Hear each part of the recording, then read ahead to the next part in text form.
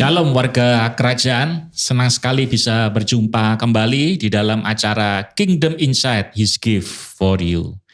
Saya percaya Anda semua ada dalam perlindungan Tuhan, penyertaan Tuhan, anugerah Tuhan yang selalu baru. Dan hari ini kita masih di dalam seri eskatologi, ya, masih dalam seri akhir zaman, episode yang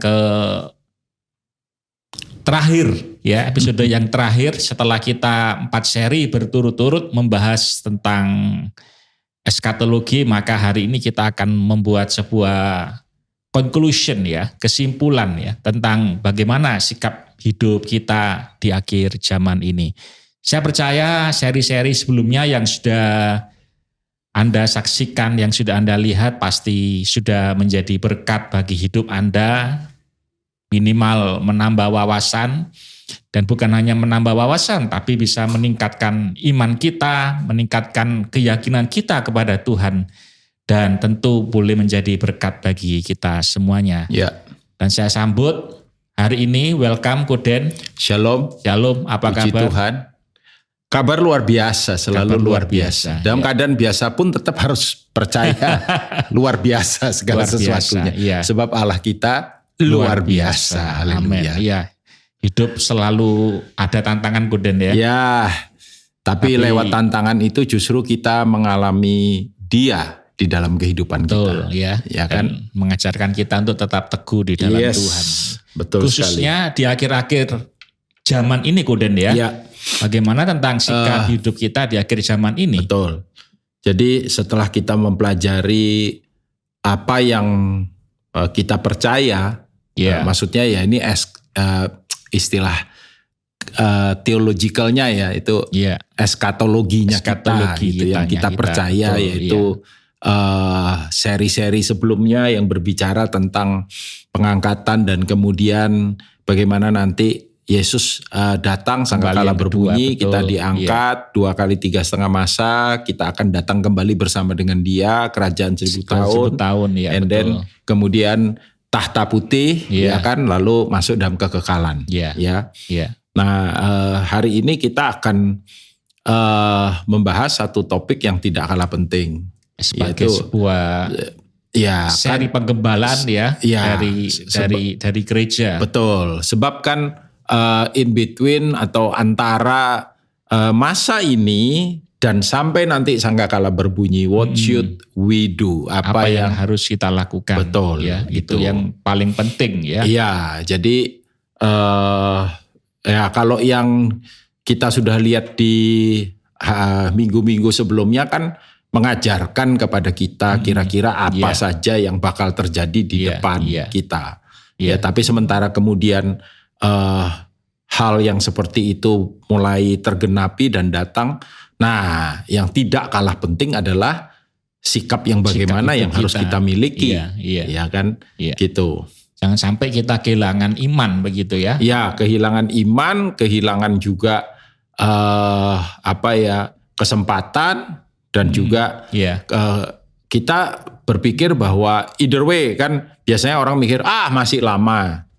Atau berpikirnya udah deket banget. Nah, ini sebetulnya gini, kita nggak usah pusing karena memang nggak ada yang tahu kan. Kita nggak usah pusing apakah itu masih lama, apakah itu sudah dekat, ya kan. Yang terpenting sekarang daripada semuanya adalah bagaimana attitude kita. Bagaimana kita harus mempersiapkan diri. Betul. Dan pola pikir hidup di akhir zaman, pola pikir hidup menantikan kedatangannya untuk yang kedua kali, gitu. Nah, hari ini kita akan membahas di dalam kitab Yudas, ya, betul, Koden, ya, dalam kitab Yudas. Jadi itu tertulis dalam Yudas pasal 1 ayat 17 sampai dengan 23. Ayat yang ke-23. Bukan berarti di kitab-kitab lain nggak ada loh, tapi ini salah satu yang saya percaya practically bisa memberikan kepada kita itu satu pengajaran yang sangat baik. Gitu. Boleh saya baca, Koden? Boleh, silakan. Yudas 1, 17 ayat 23. Tetapi kamu, saudara-saudaraku yang kekasih, ingatlah akan apa yang dahulu telah dikatakan kepada kamu oleh rasul-rasul Tuhan kita, Yesus Kristus. 18. Sebab mereka telah mengatakan kepada kamu, menjelang akhir zaman akan tampil pengejek-pengejek yang akan hidup menuruti hawa nafsu kefasikan mereka. 19. Mereka adalah pemecah belah yang dikuasai hanya oleh keinginan-keinginan dunia ini, yang hidup dan yang hidup tanpa Roh Kudus. 20. Akan tetapi kamu, saudara-saudaraku yang kekasih, bangunlah dirimu sendiri di atas dasar imanmu yang paling suci dan berdoalah dalam Roh Kudus.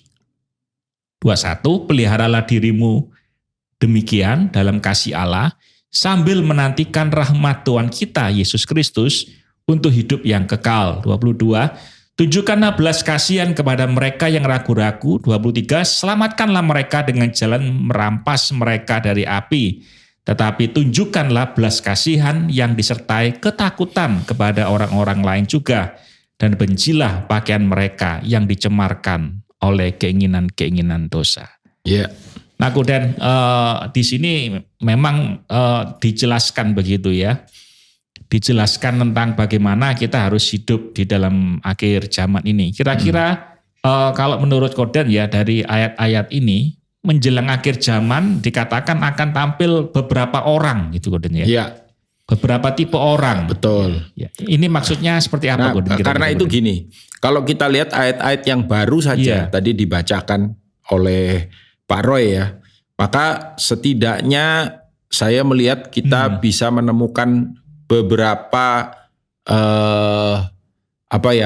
practical counsel ya, nasihat praktis di dalam kita menghadapi atau sikap yang baik sebelum kita kemudian menyambut kedatangan Tuhan, ya menyongsong kedatangan Tuhan. Ya, dan Rasul Yudas itu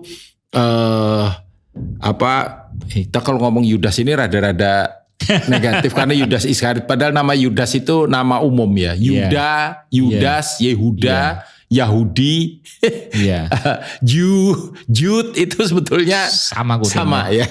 Ya anyway, jadi the Apostle of Jude itu kalau bahasa Inggrisnya ya, Rasul Yudas ini mengingatkan gitu, jemaat mula-mula loh ini yang diingatkan. Berarti memang ya kalau berarti kan udah kurang lebih hampir 2000 tahun ya jarak waktunya. Let's say ya, nggak sampai mungkin ya, tapi at least kurang lebih lah ya. Diperingatkan nomor satu apa? Dia berkata bahwa janganlah kamu merasa, kalau saya pakai istilah umum ini ya, terintimidasi. Do not be intimidated gitu kira-kira. Kenapa demikian? Karena dikatakan bahwa menjelang akhir zaman akan tampil pengejek-pengejek. Ya, dan kita lihat itu memang terjadi. Ada pengejek-pengejek Iya, lihat aja YouTube begitu banyak haters ya, lalu kemudian orang-orang yang melecehkan, mengejek, yang dikatakan hidup menuruti hawa nafsu kefasikan mereka. Lalu juga ayat yang ke-19 kan mereka itu pemecah belah.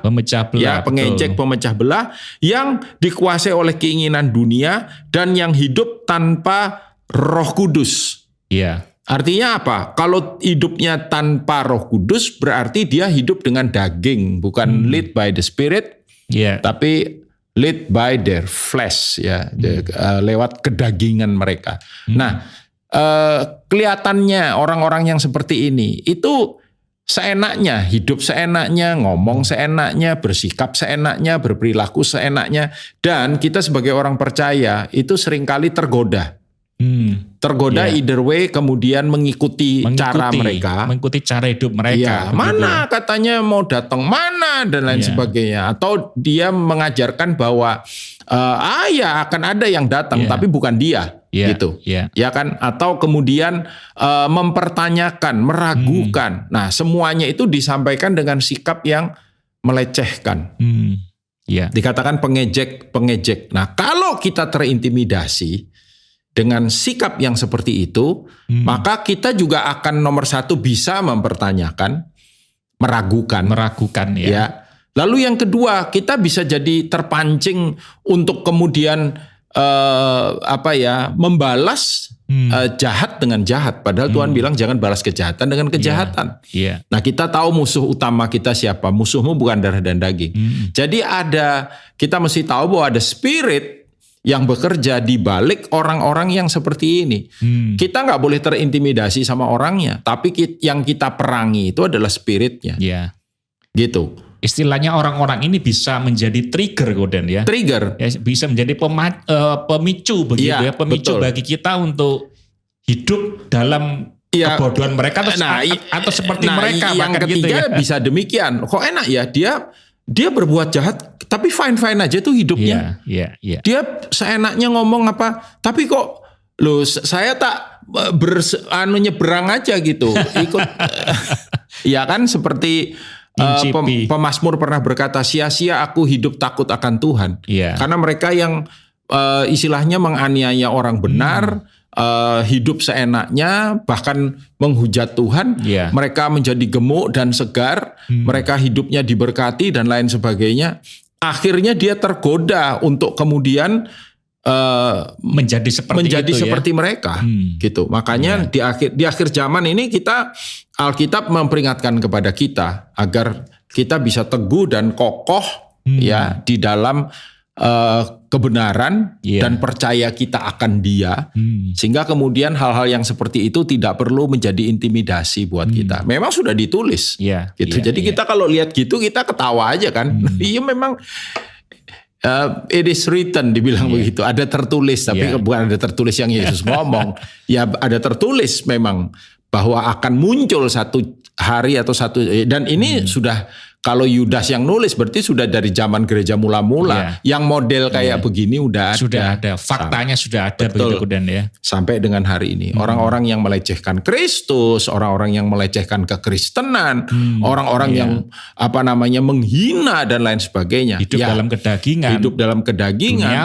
Duniawi. Tapi fine-fine aja. Nah, kalau misalkan yang hidup dalam dunia ini terus hidupnya hancur, kita sebagai orang benar melihat, wah iya, memang nggak kepengen kayak gitu. Istilahnya begini, hukuman Tuhan menimpa mereka. Murka Allah turun atas mereka. Ya kan? Ya, urusan hukuman, murka, urusan kejahatan yang mereka tabur, mereka tuai, itu bukan bagian kita. Itu bagiannya Tuhan. Biar itu nanti urusannya Dia sama Tuhan. Jadi kita harus waspada ya dengan urusannya kita adalah kemunculan mereka ini. Kita tidak boleh terintimidasi. Betul. Itu. Baik itu teman-teman. Jadi kalau kita melihat ada pengecek, ada orang yang kelihatannya hidupnya enak walaupun mereka menuruti hawa nafsu mereka, jangan kita kemudian menjadi terintimidasi. Artinya kita harus tetap waspada. Betul. Tapi bijaksana. Saya mungkin perlu kasih sedikit disclaimer ya di sini. Artinya bukan berarti kalau mereka tuh ngomong seenaknya kita diem aja. Enggak. Ada orang tanya, boleh nggak kita jawab bahwa itu nggak benar? Boleh saja gitu. Tapi kita tidak boleh jadi seperti mereka. Gitu. Saya bukan seperti kamu. Tapi kalau kamu ngomong salah, ya kita pasti akan membela iman kita. Kita pasti akan ngomong. Ya kan, maksudnya membela iman kita tuh kita menjelaskan enggak begitu. Yang sebenarnya begini. Itu tetap boleh. Itu kan ranahnya itu istilahnya apa? Apologetika ya kalau dalam pembelaan iman. Iya, pembelaan iman gitu. Semua berhak dong gitu. Kepercayaan manapun kalau imannya kemudian diejek dan lain-lainnya, mereka juga melakukan yang sama. As long as itu dalam konteks, dalam koridor yang sepatutnya dan sewajarnya, nggak ada salahnya gitu. Jadi itu yang pertama. Jadi do not intimidate jangan kita terintimidasi oleh kemunculan mereka. Tapi juga dikatakan ayat yang ke-20. Nah ini yang harus jadi fokus kita. Apa yang ditulis, akan tetapi kamu saudara-saudaraku yang kekasih, bangunlah dirimu sendiri di atas dasar imanmu yang paling suci dan berdoalah dalam Roh Kudus. Jadi kita nih harus tahu bagaimana kita mengalokasikan energi kita dan seluruh pemikiran kita dan apa yang Tuhan taruh di dalam diri kita ke arah ini.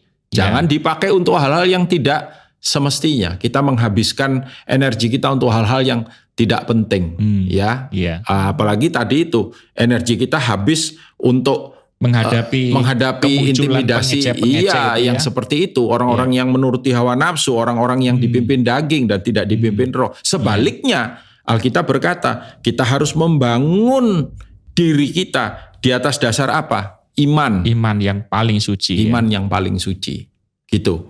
Dan yang kedua dikatakan berdoalah dalam Roh Kudus. Kenapa kita nggak pakai energi kita untuk berdoa aja? Betul. Gitu, dan membangun iman kita dalam Roma pasal 1 misalkan ayat 16 dan 17. Dikatakan sebab aku mempunyai keyakinan yang kokoh dalam Injil. Karena Injil adalah kekuatan Allah yang menyelamatkan setiap orang yang percaya, pertama-tama orang Yahudi tetapi juga Yunani. Sebab di dalamnya nyata kebenaran Allah yang bertolak dari iman dan memimpin kepada iman. Seperti ada tertulis, orang benar akan hidup oleh iman. Ya. Orang benar akan hidup oleh Orang benar akan hidup oleh iman. Apa artinya membangun diri di dalam iman yang suci? Ya, hidup, live by faith. Not by sight dikatakan, but by faith. Bukan karena penglihatan. Kalau kita lihat memang ya kadang itu bisa mengganggu kita. Kalau kita lihat, yang kita lihat itu, nah itu tadi bahasanya mengintimidasi kita, ya kan. Tapi kalau kita itu kemudian hidupnya bukan karena apa yang kita lihat, tapi apa yang kita yakini, iman kita, ya maka kemudian itu nggak jadi masalah buat kita.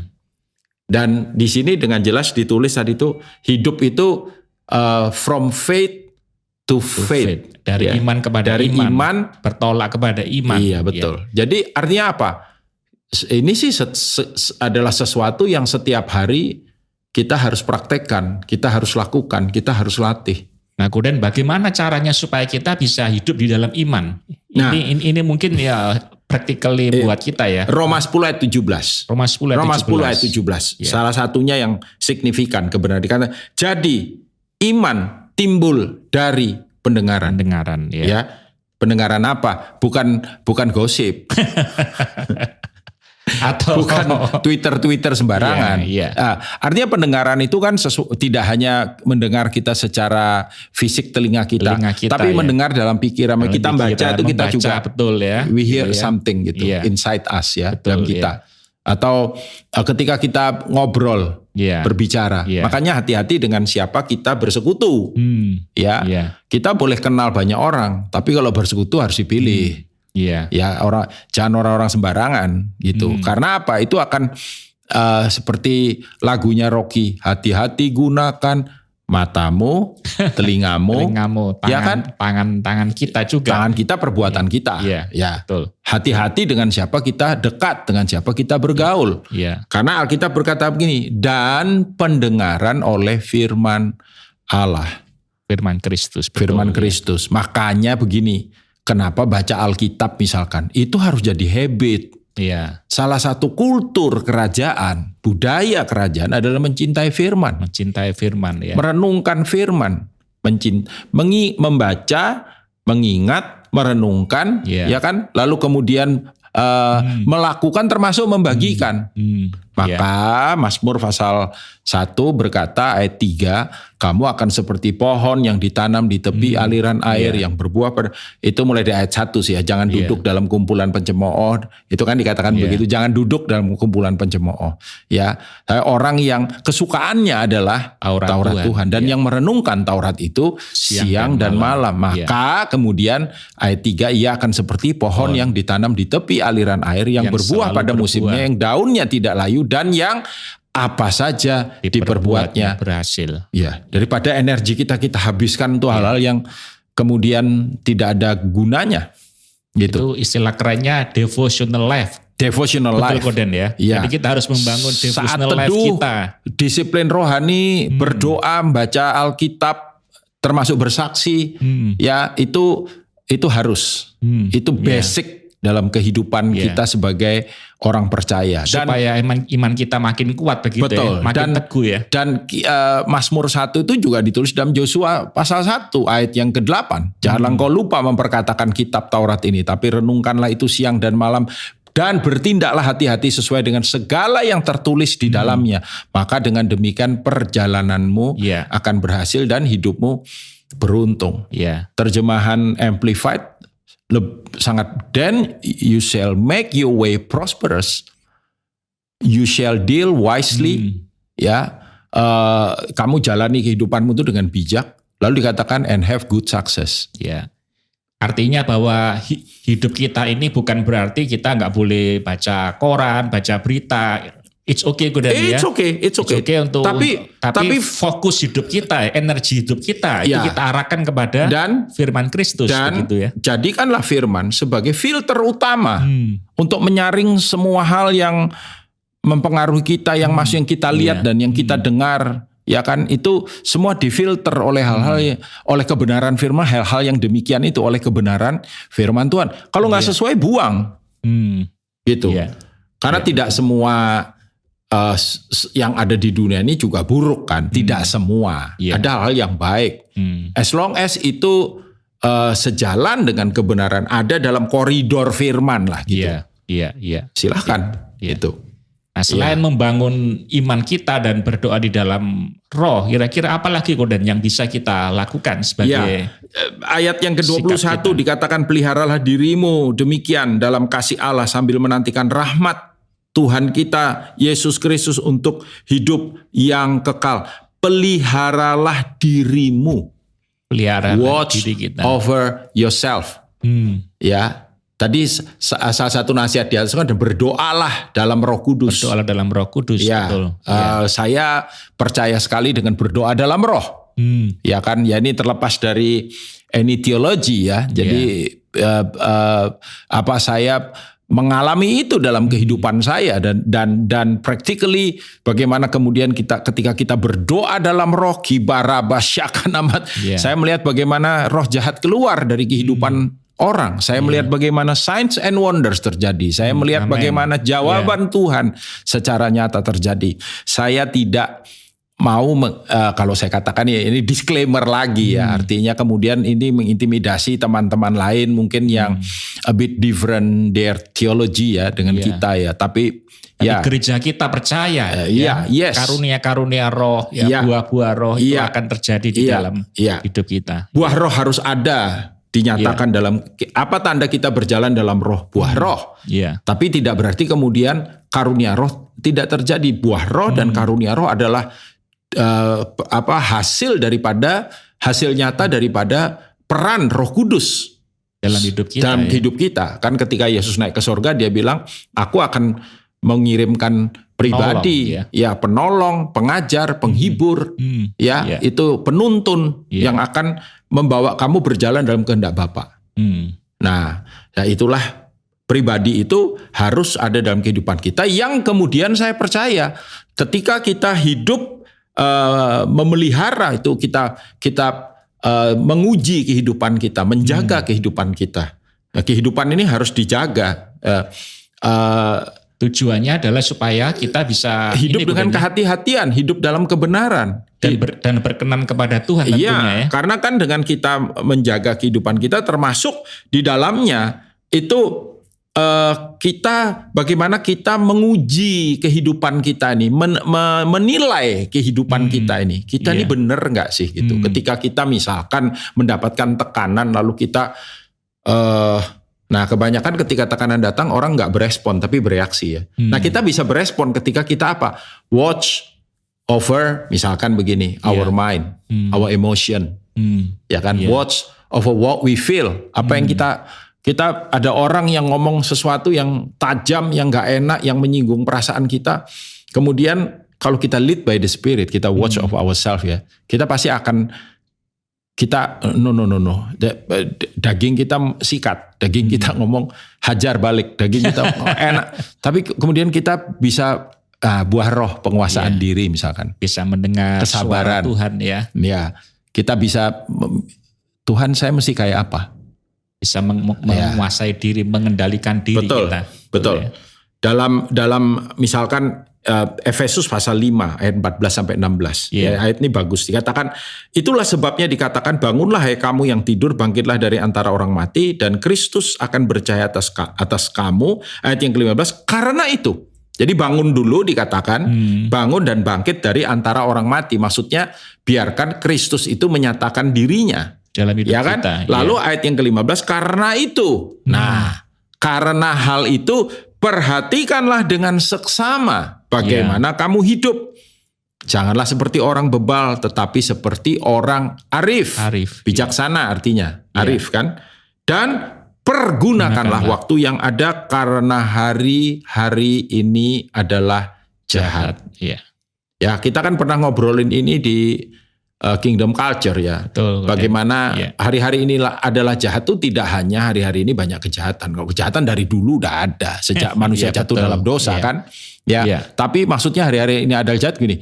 Kalau kita tidak mengisi waktu-waktu kita dengan hal-hal yang baik sesuai dengan firman dan kehendak Tuhan, maka segera yang jahat akan masuk di situ. Itu otomatis Koden ya. Kalau kita nggak mengisi, ada kekosongan, maka yang jahat itu akan menempati yang seharusnya kita lakukan yang baik itu ya. Iya, kalau kita enggak di dunia ini tidak ada area abu-abu sebetulnya. Kalau nggak hitam putih itu kasarannya begitu. Ya, katanya Michael Jackson aja tahu katanya. Makanya dia nyanyi it's black, it's white, black or it's white. Gak ada it's grey. Artinya gini, kalau kita nggak melakukan yang baik, maka yang jahat akan datang. Ya, itu loh. Ya kan? Jadi itu sebabnya kenapa kita harus berjaga-jaga dengan kehidupan kita. Iya. Itu. Kemudian selain kita berjaga-jaga dengan hidup kita, apa yang perlu kita lakukan lagi Koden sebagai sikap kita sebagai orang percaya di akhir zaman ini? Tentu saja. Ini kalau kita ini menurut saya this is the last but not least ya. Tapi menurut saya justru artinya gini, ketika kita mengisi waktu-waktu kita terutama dengan hal ini. Ayat yang ke-22 dikatakan, tunjukkanlah belas kasihan kepada mereka yang ragu-ragu, selamatkanlah mereka dengan cara merampas mereka dari api, tetapi tunjukkanlah belas kasihan yang disertai dengan ketakutan kepada orang-orang lain juga, dan bencilah pakaian mereka yang dicemarkan oleh keinginan dosa. So, salah satu gaya hidup akhir zaman adalah menjangkau yang terhilang. Menjangkau jiwa-jiwa. Menjangkau jiwa-jiwa. Ketika kita sibuk dengan menjangkau jiwa-jiwa. Ketika kita memakai waktu kita. Salah satu bagaimana kita memakai dengan bijaksana waktu kita adalah ini. Menjangkau jiwa-jiwa. Menjangkau jiwa-jiwa. Karena saya percaya upah kekal itu salah satunya adalah memenangkan jiwa. Memenangkan jiwa. Coba. Bagaimana kita bisa membuat sorga bersukacita? Caranya bagaimana supaya sorga bersukacita? Alkitab bilang apa? Kalau satu jiwa aja diselamatkan. Satu jiwa bertobat maka surga akan bersorak-sorai. Jadi ada orang-orang yang ketika mereka kembali kepada Tuhan, Tuhan bilang ini loh yang paling sering bikin kita sukacita. Iya. Karena dia sering kali memenangkan jiwa. Tidak heran sorga itu dipenuhi sukacita abadi. Iya. Saya percaya tiap hari ada orang-orang yang dimenangkan. Dan ayo mari kita menjadi bagian dari panggilan tersebut. Iya. Itu di dalam kehidupan kita. Ya, dan salah satu syarat kedatangan Tuhan kan Matius 24 ayat 14. Salah satu syarat bagaimana cara kita mempercepat. Salah satu tanda ya. Ya, tanda dan juga bagaimana cara kita mempercepat kedatangannya. Alkitab bilang dan Injil Kerajaannya akan diberitakan. Injil Kerajaan diberitakan di seluruh dunia. Menjadi kesaksian bagi semua bangsa. Ya, baca terus. Sesudah itu barulah tiba kesudahannya. Barulah tiba kesudahannya. Jadi kita pengen Tuhan datang, simple gitu. Kita harus makin banyak menginjil. Preach the gospel, reach the lost at any cost. Jadi selain kita berjaga-jaga, kita juga perlu menjangkau keluarga kita, sahabat kita, rekan-rekan kita, begitu Koden ya. Kisah 1 ayat 8. Kamu akan terima kuasa kalau Roh Kudus turun ke atasmu dan kamu akan menjadi saksiku di Yerusalem dan Yudea, seluruh Yudea dan Samaria dan sampai ke ujung bumi. Jadi itu paralel kan? Iya. Tapi daftar pertama adalah yang paling dekat. Iya, our Jerusalem gitu. Tapi bukan berarti Yudea kita enggak. Mungkin Yerusalem itu adalah keluarga kita. Keluarga besar kita. Yudea mungkin itu adalah tempat kerja kita, lingkungan kita. Let's see. Ini dalam konteks yang agak sedikit narrow ya, agak sedikit sempit gitu hidup pribadi kita. Lalu kemudian Samaria, kota kita dan ujung bumi ya, ke seluruh dunia gitu. Jadi kita lakukan itu paralel. Sembari kita berdoa dan kemudian memberitakan Injil kepada orang terdekat kita. At the same time, ketika kita diberikan kesempatan dan waktu oleh Tuhan untuk kita bisa bersaksi kepada yang lain, kita juga melakukannya. Demikian seterusnya. Iya. Itu. Jadi dengan demikian kita menggenapi apa yang dikehendaki oleh Tuhan di dalam hidup kita. Betul. Ya. Dan kita kemudian kalau kita sibuk melakukan itu, kita nggak punya waktu lagi untuk yang neko-neko, yang enggak, yang nggak perlu. Iya. Ya kan? Ya. Kenapa sih orang tuh bisa kemudian misalkan jatuh? Karena dia mungkin punya waktu banyak untuk hal-hal yang sia-sia gitu. Sia-sia. Gitu. Bukan berarti kita nggak boleh santai, bukan berarti kita nggak boleh punya waktu di mana kita beristirahat dan lain sebagainya. Tidak. Tapi kalau orang Surabaya bilang soalnya kengangguran, makanya sih aneh-aneh katanya. Ya. Jadi pakailah waktumu dengan bijak. Iya. Karena hari-hari ini adalah jahat tadi dikatakan. Betul. Ya, perhatikan bagaimana cara kamu hidup. Iya. Jangan seperti orang bodoh, tapi seperti orang bijak. Sementara Yesus datang untuk yang kedua kalinya. Mari kita pakai waktu. Tiap hari saya berdoa. Even tadi pagi saya berdoa. Iya, Koden. Saya bilang, Tuhan, tolong saya memakai setiap detik, setiap menit, setiap jam yang Tuhan karuniakan dengan bijaksana.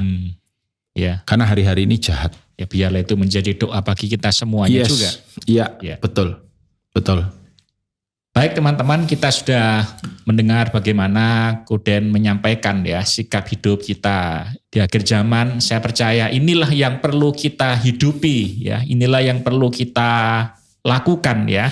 Kita bukan hanya mendengar, tahu tentang akhir zaman, tetapi yang jauh lebih penting adalah bagaimana sikap kita untuk menyongsong kedatangan Kristus yang kedua kalinya. Koden bisa nggak berdoa buat kita semuanya? Mari kita berdoa. Bapak, terima kasih. Kami percaya kehadiran kami di dunia ini tidak kebetulan.